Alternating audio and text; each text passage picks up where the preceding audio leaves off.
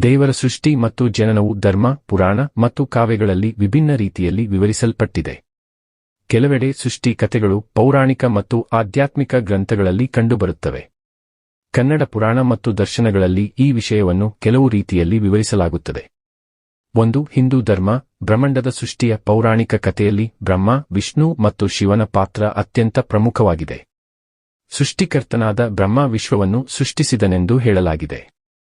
ಬ್ರಹ್ಮ ಬ್ರಹ್ಮಾಂಡವನ್ನು ಸೃಷ್ಟಿ ಮಾಡಿದರು, ವಿಷ್ಣು ಪೋಷಿಸಿದರು ಮತ್ತು ಶಿವನು ಸಂಹರಿಸಿದರು. ಪುರುಷ ಸೂಕ್ತದಲ್ಲಿ ಹೇಳಿದಂತೆ ದೈವಿಕ ಯಜ್ಞದ ಮೂಲಕ ಸೃಷ್ಟಿಯ ಎಲ್ಲ ಅಂಶಗಳು ಹುಟ್ಟಿದವು. 2. ಬೈಬಲ್. ಕ್ರಿಶ್ಚಿಯನ್ ಧರ್ಮದಲ್ಲಿ ಬೈಬಲಿನ ಪ್ರಾರಂಭದಲ್ಲಿ ದೇವರು ಆಕಾಶ ಮತ್ತು ಭೂಮಿಯನ್ನು ಸೃಷ್ಟಿಸಿದನು ಎಂದು ಹೇಳಿದೆ. 6 ದಿನಗಳಲ್ಲಿ ದೇವರು ಸೃಷ್ಟಿ ಮಾಡಿದನು ಮತ್ತು 7ನೇ ದಿನವೂ ವಿಶ್ರಾಂತಿ ಪಡೆಯುತ್ತಾನೆ. ಆದಾಮ ಮತ್ತು ಈವ್ ಅವರ ಸೃಷ್ಟಿಯ ಕತೆ ಈ ದ್ವಿತೀಯ ಅಧ್ಯಾಯದಲ್ಲಿ ಬರುತ್ತದೆ. 3. ಕುರಾನ್. ಇಸ್ಲಾಮಿಕ್ ಧರ್ಮದಲ್ಲಿ ಕುರ್ಆನ್ ದೇವರು ವಿಶ್ವವನ್ನು 6 ದಿನಗಳಲ್ಲಿ ಸೃಷ್ಟಿಸಿದನು ಎಂದು ಹೇಳುತ್ತದೆ. ಅಲ್ಲಾಹನು ಪ್ರಥಮ ಮನುಷ್ಯನಾದ ಆದಮ್ನನ್ನು ಮಣ್ಣಿನಿಂದ ಸೃಷ್ಟಿಸಿದನು. ಈ ಎಲ್ಲ ಕಥೆಗಳಲ್ಲೂ ದೇವರು ಅಥವಾ ದೇವತೆಗಳು ಸೃಷ್ಟಿಕರ್ತರಾಗಿ ಜನಾಂಗವನ್ನು ಹಾಗೂ ಜಗತ್ತಿನ ಎಲ್ಲ ಅಂಶಗಳನ್ನು ನಿರ್ಮಿಸಿದರೆಂದು ಕಾವ್ಯಾತ್ಮಕವಾಗಿ ಹಾಗೂ ಆಧ್ಯಾತ್ಮಿಕವಾಗಿ ವಿವರಿಸಲಾಗಿದೆ. ಹಿಂದೂ ಪುರಾಣಗಳಲ್ಲಿ ದಶಾವತಾರ. ವಿಷ್ಣುವಿನ ದಶಾವತಾರಗಳು ಸೃಷ್ಟಿಯ ಪರಂಪರೆಯಲ್ಲೂ ಹಾಗೂ ಜನಾಂಗದ ರಕ್ಷಣೆಯಲ್ಲೂ ಮಹತ್ವಪೂರ್ಣ ಪಾತ್ರ ವಹಿಸುತ್ತವೆ.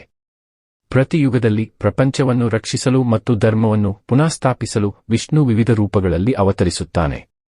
1. ಮತ್ಸ್ಯಾವತಾರ. ಪ್ರಳಯದಿಂದ ವೇದಗಳನ್ನು ರಕ್ಷಿಸಲು ಮತ್ಸ್ಯ, ಮೀನು ರೂಪವನ್ನು ತೆಗೆದುಕೊಂಡನು. 2. ಕೂರ್ಮಾವತಾರ. ಸಮುದ್ರ ಮಥನದ ವೇಳೆ ಆಮೆ ರೂಪದಲ್ಲಿ ಮೇರುವನ್ನು ಸಮುದ್ರದ ಮೇಲೆ ಆಧರಿಸಿದನು.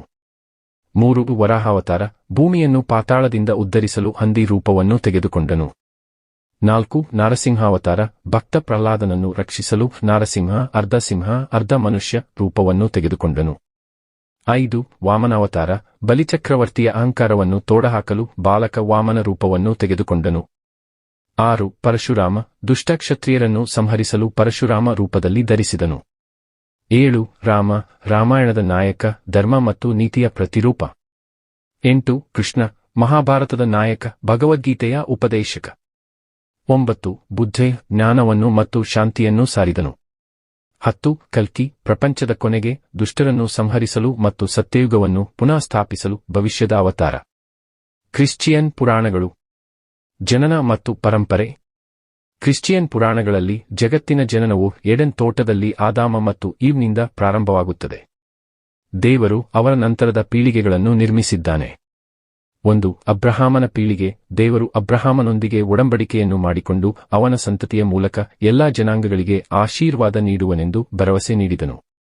2. ಯೂಸಫ ಮತ್ತು ಮರಿಯ. ಯೇಸು ಕ್ರಿಸ್ತನ ಜನನ ಮರಿಯ ಮತ್ತು ಯೂಸಫನಿಂದ ದೇವದೂತ ಗ್ಯಾಬ್ರಿಯೇಲ್ ಅವರಿಗೂ ಮರಿಯಕ್ಕೂ ಪ್ರಕಟಿಸಿದನು. ಇಸ್ಲಾಮಿಕ್ ಪುರಾಣಗಳು. ಅಂಬಿಯಾ, ಪ್ರವಾದಿಗಳು. ಕುರಾನ್ನಲ್ಲಿ ಹಲವಾರು ಪ್ರವಾದಿಗಳ ಅಂಬಿಯಾ ಬಗ್ಗೆ ಹೇಳಲಾಗಿದೆ. ಪ್ರತಿ ಪ್ರವಾದಿಯು ತಮ್ಮದೇ ಆದ ವಿಶೇಷ ಕಾರ್ಯಗಳನ್ನು ನೆರವೇರಿಸುತ್ತಾರೆ. 1. ನೋಹ. ಜಗತ್ತಿನ ಪಾಪದಿಂದ ಬೇಸತ್ತು ಅಲ್ಲಾಹನು ಮಹಾಪ್ರವಾಹವನ್ನು ಕರೆತಂದು ನೋಹನನ್ನು ಮತ್ತು ಅವನ ಕುಟುಂಬವನ್ನು ರಕ್ಷಿಸುತ್ತಾನೆ. 2. ಇಬ್ರಾಹಿಂ. ಅಬ್ರಹಾಂ ಅನೇಕ ಪ್ರವಾದಿಗಳ ತಂದೆ, ಅವನು ಒಂದೇ ದೇವರ ಆಜ್ಞೆಯನ್ನು ಪಾಲಿಸುತ್ತಾನೆ. 3.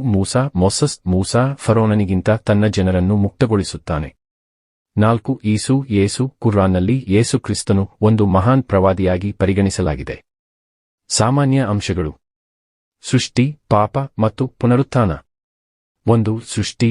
ಎಲ್ಲ ಪುರಾಣಗಳಲ್ಲೂ ದೇವರು ಅಥವಾ ದೇವತೆಗಳು ಪ್ರಪಂಚವನ್ನು ಸೃಷ್ಟಿಸಿದಂತೆ ವಿವರಿಸಲಾಗಿದೆ.